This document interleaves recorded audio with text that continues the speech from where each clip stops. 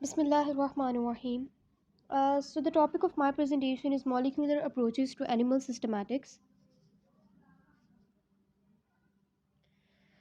Introduction जो है earlier scientist ने के 5 किंगडम क्लासिफिकेशन सिस्टम को जो है वो टेक्सोनोमिक स्टडीज़ के लिए टेक्सोनोमिक रिलेशनशिप्स को फाइंड करने के लिए वो यूज़ किया।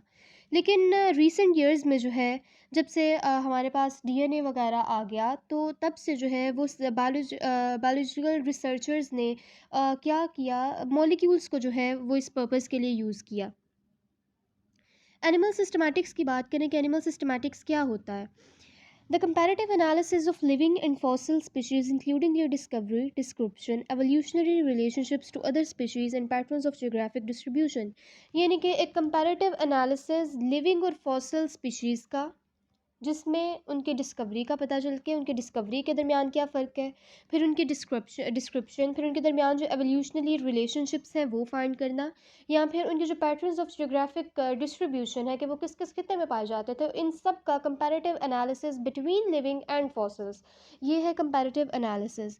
मॉलिक्यूलर अप्रोचेस की बात करें तो मॉलिक्यूल अप्रोच जो है वो इसका मतलब है कि इसका हम स्टडी करें मॉलिक्यूल्स को, like protein, DNA, RNA of different species के प्रोटीन, डीएनए और आरएनए को स्टडी करें। अब molecular approaches to animal systematics का क्या मतलब हुआ? इसका मतलब है कि हम स्टडी करें the study of animal systematics using the molecular techniques. Animal systematics का यानी कि टैक्सोनॉमिक्स रिलेशनशिप्स का हम पता लगाएं यूजिंग मॉलिक्यूलर टेक्निक्स, मॉलिक्यूल्स को इस्तेमाल करते हुए। अब molecules playing important role in systematics, वो मॉलिक्यूल्स जो कि सिस्टमैटिक में इंपॉर्टेंट रोल प्ले करते हैं वो कौन कौन से हैं? डीएनए है, प्रोटीन है और आरएनए है। एक्सप्लेनेशन में अगर हम बात करें थोड़ी बहुत, तो the relatedness of animals reflecting the gene products animals producing and in the gene themselves. Related animals have DNA derived from a common ancestor. ये बहुत इंपॉर्टेंट बात है कि जाहिर सी बात है जो एनिमल्स आपस में मिल रहे हैं, जो जिनके दरमियान कुछ जो है वो कॉमन चीज़ें कॉमन फीचर्स पाए जाते हैं, तो उनका कॉमन इंसेस्टर होता है, इंसेस्टर उनका एक ही होता है, यानी कि उनका जो डीएनए है वो एक कॉमन इंसेस्टर से ड्राइव हुआ होता है। जीन्स और proteins of related animals are more similar than genes and proteins from distantly related animals. अब ये भी वही बात है, जीन्स और प्रोटीन्स में भी अमाइनो एसिड्स हैं, अमाइनो एसिड में नाइट्रोजीनियस बेसिस है, नाइट्रोजीनियस बेसिस में वही फिर डीएनए वाला सारा स्ट्रक्चर।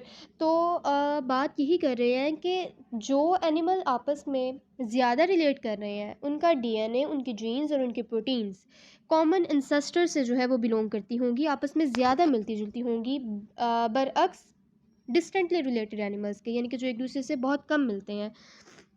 मॉलिक्यूलर क्लॉक क्या है? A relatively constant mutation rate is called as molecular clock. Relatively constant mutation rate यानी कि एक जनरेशन से दूसरी जनरेशन या कुछ ऑर्गेनिजम्स के दरमियान अगर म्यूटेशंस आ रही हैं तो म्यूटेशन ना तो ज़्यादा हो रही है ना कम हो रही है, एक बिल्कुल कांस्टेंट रेट पे म्यूटेशन चल रही है, तो इसको कहते हैं molecular clock. Use of molecular clock क्या है? By comparing the sequence of amino acids, proteins और the sequence of nitrogenous bases in DNA और RNA and assuming molecular clock, taxonomists can estimate the time elapsed since divergence from a common ancestor. So इसका सबसे बड़ा फ़ायदा ये है कि जो टेक्सोनोमिस्ट हैं वो एक जनरेशन से या डाइवर्जेंस फ्रॉम कॉमन इंसेस्टर, यानी कि कॉमन इंसेस्टर से लेके अब तक जितने भी लिविंग ऑर्गेनिजम्स आ चुके हैं, ये किसी दो जनरेशन्स के दरमियान जो टाइम गैप है उसको ईजिली फाइंड कर सकते हैं। अब हम बात करने वाले हैं रोल ऑफ माइटोकॉन्ड्रियल डीएनए के, कि उसका क्या रोल है molecular approaches to animal systematics में।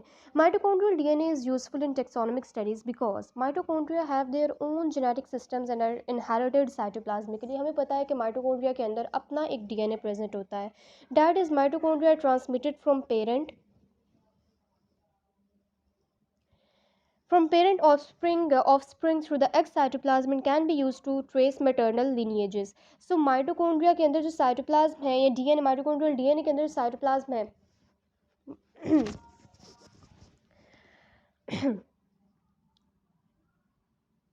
माइटोकॉन्ड्रियल डीएनए जो है उसके अंदर जो एक्स साइटोप्लाज्म है, यानी कि मदर की तरफ से जो है मेटर्नल लीनिएजेस हम फाइंड कर सकते हैं माइटोकॉन्ड्रियल डीएनए को इस्तेमाल करते हुए।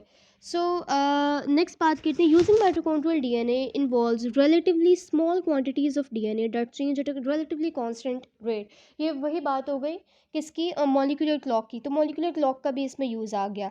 Role of ribosomal, so molecular clock की वजह से भी हम ये कह सकते हैं, या फिर माइटोकॉन्ड्रिया का जो मेन इसका यही है कि उसके अंदर जो अपना डीएनए प्रेजेंट होता है, उसकी वजह से जो है हम मैटरनल लिनिएजेस को इजीली फाइंड कर सकते हैं through mother. Role of ribosomal RNA. अब राइबोसोमल आरएनए का क्या रोल है? Ribosomal RNA is excellent for studying the evolution of early life on earth. It is an ancient molecule and it is present and retains its function in virtual organisms. In addition ribosomal RNA changes very slowly. So बात ये कि ribosomal RNA बहुत ही पुराना molecule है। बहुत पुराना molecule है, लेकिन आज के ऑर्गेनिजम्स में भी प्रेजेंट है। और इसके अलावा इसका मेन फीचर जिसकी वजह से ये इंपॉर्टेंट है मॉलिक्यूलर स्टडीज़ में, वो है that it changes very slowly, जिसका नाम है evolutionary conservation. Slowness of change को जो है हम एवोल्यूशनरी कंजर्वेशन कहते हैं। तो इसकी वजह से जो है वो इट यूजेस, अच्छा हाँ, इसकी वजह से राइबोसोमल आरएनए बहुत इंपॉर्टेंट है किसमें, एनिमल सिस्टमैटिक्स में। यूज़ किया है इसका, it indicates that protein producing machinery of cell can tolerate little change and still retain its vital function. So जो मेन फंक्शन वही बात हो गई ना कि राइबोसोमल आरएनए जो है, चूँकि उसमें बहुत चेंज जो है वो बहुत स्लोली आता है। चेंज स्लोली आता है, इसका मतलब जो है हम इजीली जो है वो टेक्सोनोमिक रिलेशनशिप्स जो है वो फाइंड कर सकते हैं। क्लोजली रिलेटेड ऑर्गेनिजम्स की बात करें तो evolutionary conservation of this molecule means that closely related organisms, that is closely related का मतलब क्या है, recently diverge from a common ancestor are likely to have similar ribosomal RNAs. यानी कि जो क्लोजली रिलेट कर रहे हैं आपस में, उनका सिमिलर जो है वो राइबोसोमल आरएनए होगा। डिस्टेंटली रिलेटेड ऑर्गेनिजम्स क्या है, are expected to have ribosomal RNAs that are less similar, but the differences are small enough that the relationships to some ancestor molecule are still apparent. अब बात ये नहीं है कि distantly related molecules हों तो ऑर्गेनिजम्स हों तो इसका मतलब कि राइबोसोमल आरएनए बिल्कुल ही डिफरेंट है, नहीं। इसका मतलब ये है कि उनके अंदर, उनके दरमियान जो सिमिलैरिटीज़ हैं वो थोड़ी कम होंगी, लेकिन कहीं ना कहीं जो है वो आपस में मिलते ज़रूर होंगे। अब डोमेन की बात करें तो क्या है, studies of ribosomal RNA have led systematists to the conclusions that all life shares a common ancestor and that there are three evolutionary lineages. अब राइबोसोमल आरएनए की स्टडी की वजह से साइंटिस्ट, अच्छा जब तक हमने मॉलिक्यूलर अप्रोचेस, ये एक फ़ायदा आ गया, एक यूज़ आ गया इसका, कि जब तक मॉलिक्यूलर अप्रोचेस नहीं थी तब तक 5 किंगडम क्लासिफिकेशन सिस्टम चल रहा था, यानी कि किंगडम्स थे। लेकिन जो ही हमने मॉलिक्यूलर अप्रोचेस को यूज़ किया तो हमारे पास डोमेन आ गई। अब डोमेन क्या है? 3 मेन डोमेन्स आई, 3 क्योंकि 3 मेजर एवोल्यूशनरी lineages आई, 3 major evolutionary lineages, each of these lineages is called domain. अब हर lineage जो है एवोल्यूशनरी lineage वो एक अलग डोमेन है। The domain thus supersedes the kingdom as the broadest taxonomic grouping. जब तक किंगडम क्लासिफिकेशन थी तो किंगडम सबसे बड़ा जो है वो टेक्सोनोमिक ग्रुप माना जाता था, देन फाइलम और आगे सब कुछ, क्लास, फाइलम, क्लास, ऑर्डर और जीनस, स्पीशी वगैरह। लेकिन अब जो चूँकि डोमेन आ गए तो डोमेन ने किंगडम को सुपरसीड किया, इसलिए किंगडम 5 हैं, डोमेन्स 3 हैं हमारे पास, ठीक है। नेम ऑफ डोमेन्स क्या है? अरेकिया, यूबैक्टीरिया एंड ज़ूकैरिया। अरेकिया क्या है? अरेकिया are prokaryotic microbes that live in extreme environments such as high temperature, drift valleys on the ocean floors, and high salt or acidic environments. All members of the Archaea inhabit anaerobic environments. These environments may reflect the conditions on the earth at the time of life's origin. Archaea are the most primitive life forms. अब अरेकिया सबसे पहले जो है वो domain है, इसमें most primitive organisms आ जाते हैं जो कि सबसे पहले पाए जाते थे, जो सबसे पहले ऑर्गेनिजम्स पाए जाते थे। अब चूँकि वहाँ पे ऑक्सीजन तो होगी नहीं, ठीक है, तो एनारोबिक इन्वायरमेंट्स में प्रेजेंट थे। बहुत ही जो है वो स्फीयर जो है कंडीशंस में वो एग्जिस्ट करते थे ऑर्गेनिजम्स, यानी कि हाई टेम्परेचर्स हैं, ड्रिफ्ट वैलीज़ हैं ओशंस पे, हाई सॉल्ट और एसिडिक इन्वायरमेंट्स में, यानी कि वो एग्जिस्ट करते थे। उसके बाद origin of eubacteria and eukarya. अब अरेकिया के बाद 2 major domains, eubacteria and eukarya. Ancient archaeans give rise to 2 other domain of organisms. अब अरेकिया ने ही दो मेजर डोमेन्स को जो है वो क्या किया दो मेजर यूबैक्टीरिया और यूकेरिया अरेकिया से ही निकली हैं। मेन ओरिजिन उनका अरेकिया है। Eubacteria and eukarya, interestingly the eukarya diverged more recently than the eubacteria from the archaea, thus the eukarya more closely related than the eubacteria to archaea. अब बहुत ही जो है ये कह लो इंटरेस्टिंग बात है कि यूबैक्टीरिया और यूकेरिया, वैसे यूकेरिया ज़्यादा जो है वो कह सकते हैं हम मॉडर्न लाइफस्टाइल है उनका, ऑक्सीजन प्रेजेंट है, एरोबिक रेस्पिरेशन करते हैं, वो सब कुछ हम फीचर्स बाद में डिस्कस करते हैं। तो यूबैक्टीरिया से ज़्यादा मतलब कि मॉडर्न लाइफस्टाइल है उनका यूकेरिया का।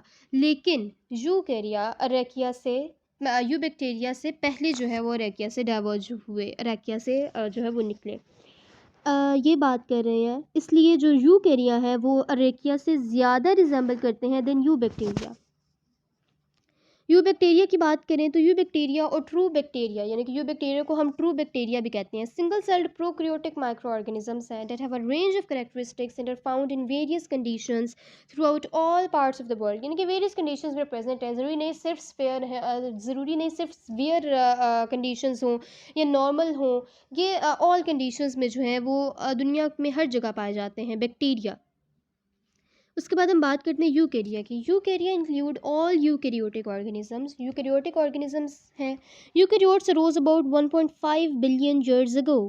अब उनकी जो है वो टाइम लिखा गया है कि कितने साल पहले जो है, कितने सालों पहले ये निकले अरेकिया से।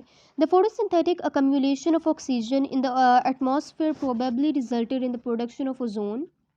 फोटोसिंथेटिक अकम्युलेशन ऑफ ऑक्सीजन, यानी कि जाहिर सी बात है जब फोटोसिंथेसिस में ऑक्सीजन यूज़ होने लगी, एरोबिक रेस्पिरेशन होने लगी, तो ऑक्सीजन जो है वो एटमॉस्फेयर में इकट्ठी होने लगी। उसकी वजह से ओजोन बनी। ओजोन ने क्या किया, प्रोटेक्ट किया प्लेनेट को फ्रॉम डेडली अल्ट्रावायलेट लाइट से।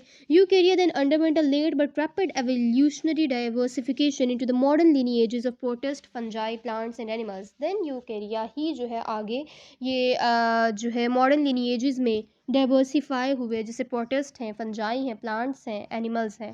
सो प्रूव हुआ कि molecular approaches to animal systematics is very beneficial for studying the taxonomic classification of animals. Thank you.